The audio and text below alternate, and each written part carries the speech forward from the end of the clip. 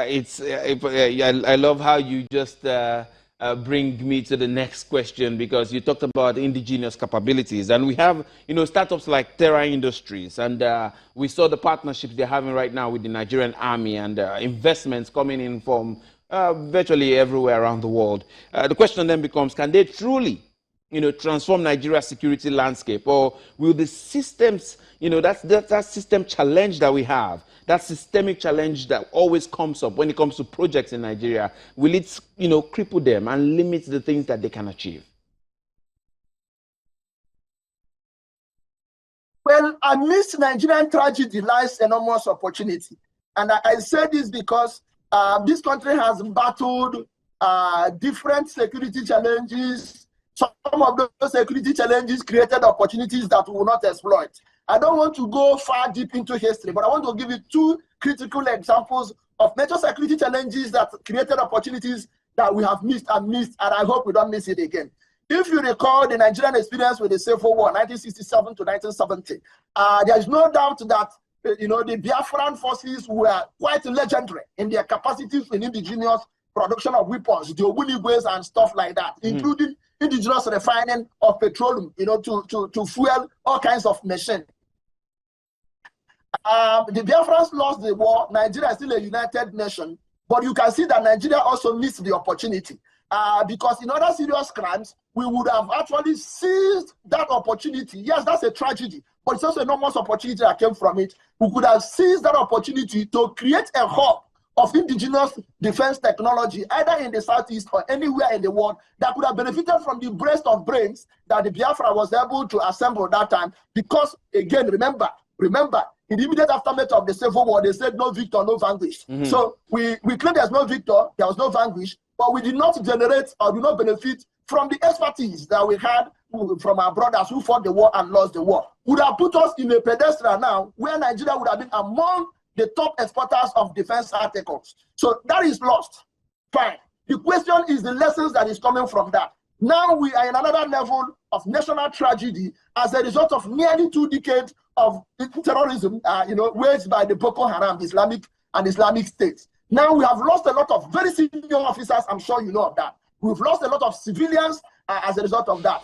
Critical infrastructures have been destroyed as a result of that insurgency. But amidst that tragedy, we can now see very young tech startups like Terra Industry coming with something that, as a nation, if we look inwardly and we are prepared to address some of the bad weaknesses that characterize our national life, corruption, number one, and I emphasize it, corruption, number one, poor elite short-sightedness, number two, lack of national consensus, number three, and the failure of government to support critical industries. Prof, we're almost running out of time, but I have a few more questions, maybe 2 more questions for you before we go. One of those things that people are looking at is the fact that these same systems, can be turned inward for mass surveillance and political control. How do we go about this? You see, let us not focus so much on the negative. Let's focus on the positive and deal with the negative. I'll give you a typical example. As soon as you could see that so many people are now coming to terms that the war in Iran is not going to go easy. This is because Iran was able to invest enormously and hugely in indigenous defense industry. We are not saying that Iran does not have its own issues in terms of using own surveillance that you are mentioning, doing the crackdown on social governance. But why would you front load issues of civil liberties when we've not even achieved the basic things we have to achieve? My argument is very simple. Let's prioritize and supporting this indigenous technology. The laws will come afterwards. We may have reasons where we may have human rights trampled upon. It is not the first time, even when we are not producing this technology. Soon as I can tell you that the Office of National Security Advisor can continuously surveil you, survey channels and any other organization, whether you like it or not, unless you are not an object of interest. Once you are an object of interest, they can do that comfortably. And that is if they are not doing it right now, or if they are not doing it against the opposition. So let us not talk about whether that can be done. Even in the United States, those are being used, right? But we're saying that if we develop that indigenous capacity, it's already an advantage. Then we can now focus on the real intellectual debate, the legal debate, and civil society will definitely mop up the kind of mass that will put the government on its toes, so that government can then come up with regulations that will guide the usage of this. Whether you're going to use it to undermine human rights, I can predict, but with every sense of finality, that will be done. But I am saying we need these technologies indigenously developed before we start talking about wrong use of them. Finally, before I let you go, Prof, there's so much to go, but let's ask you this before I let you go. The future of warfare, will it be nations winning because of their soldiers, or will it be nations winning only based on algorithms? I think nations are going to win depending their ability to integrate the two. Let me tell you, soonest, no technology whatsoever produced in the past or going to be produced in the future that will fight the war. Somebody must sit behind the technology. If you are talking about the drones, somebody must sit behind the drones. If you're talking about artificial intelligence, somebody must develop the algorithms. So the simple truth I will say is that technology will make it that we will have less footprints in the battlefield. We'll have less footprints in the battlefield.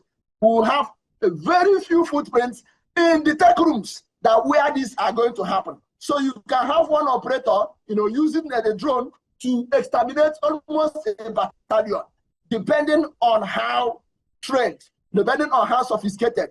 Let me also sound a note of warning. Even as of 21st century, even as of today, there's already enough evidence, and Pentagon have also seen that, there's enough evidence that currently artificial intelligence may not outsmart human beings in some battle theater. I'll give you a typical example. So there was this simulation they did, in order to ascertain whether sole reliance on artificial intelligence can win a battle.